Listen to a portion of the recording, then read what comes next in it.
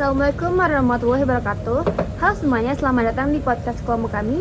Hari ini kita bakal obrolin salah satu topik yang cukup sensitif sekaligus sering muncul di media sosial, yaitu LGBT atas nama HAM. Kalau kalian sering buka TikTok, Instagram, atau X, pasti pernah lihat perdebatan soal LGBT. Ada yang bilang itu hak setiap individu, ada juga yang menolaknya berdasarkan agama dan norma yang berlaku. Nah, daripada cuma ikut-ikutan komentar di media sosial, hari ini kita bakal coba bahas dari sudut pandang Islam secara santai tetapi tetap ilmiah. Udah siap semuanya?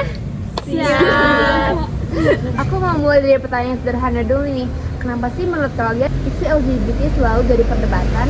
Kalau menurut aku, karena topik ini menyangkut dua hal yang sama-sama penting nih.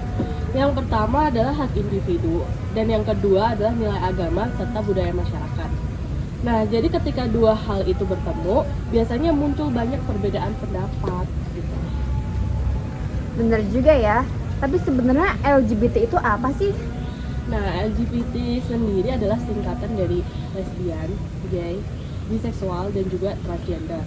Nah, lesbian ini adalah perempuan yang tertarik kepada sesama perempuan.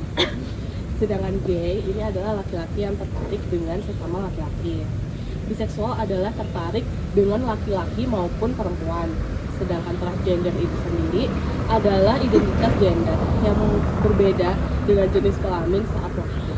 Begitu. Nah, biasanya setelah membahas LGBT pasti muncul istilah HAM. Apa hubungannya? Oke. HAM atau hak asasi manusia itu adalah hak dasar yang dimiliki setiap manusia sejak lahir. Nah, contohnya kayak hak hidup, hak memperoleh pendidikan, hak mendapatkan perlindungan hukum, dan hak untuk diperlakukan secara manusiawi. Oleh karena itu, sebagian pihak menganggap orientasi seksual juga termasuk bagian dari kebebasan individu. Sekarang kita masuk ke perspektif Islam. Fitri, gimana sih sebenarnya pandangan Islam terhadap LGBT? Dalam Islam, hubungan seksual yang dibenarkan adalah hubungan antara laki-laki dan perempuan yang terikat dalam pernikahan yang sah. Karena itu, perilaku homoseksual dipandang tidak sesuai dengan syariat Islam. Biasanya kalau membahas ini pasti ada kaitannya dengan Nabi Lut ya? Betul. Dalam Al-Quran terdapat kisah kaum Nabi Lut alaihissalam yang melakukan penyimpangan seksual. Salah satu ayat yang sering dijadikan rujukan adalah Surat Al-A'raf ayat 81, yaitu sesungguhnya kamu mendatangi laki-laki untuk melepaskan nafsumu, bukan kepada kaum perempuan, bahkan kamu adalah kaum yang melampaui batas. Ayat tersebut menunjukkan bahwa perilaku homoseksual tidak sesuai dengan ajaran yang Allah tetapkan bagi manusia. Selain itu, tujuan pernikahan dalam Islam juga berkaitan dengan ketenangan hidup, keberlangsungan keturunan, dan pembentukan keluarga.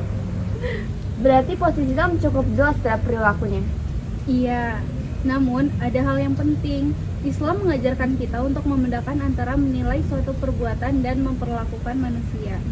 Meskipun suatu perbuatan dianggap tidak sesuai dengan syariat, kita tetap harus menghormati manusia sebagai sesama makhluk ciptaan Allah dan tidak melakukan tindakan yang merendahkan martabat mereka. Nah, ini yang paling dekat sama kehidupan kita. Sebagai mahasiswa dan Gen Z yang hidup di era media sosial, bagaimana seharusnya kita menyikapi isu LGBT?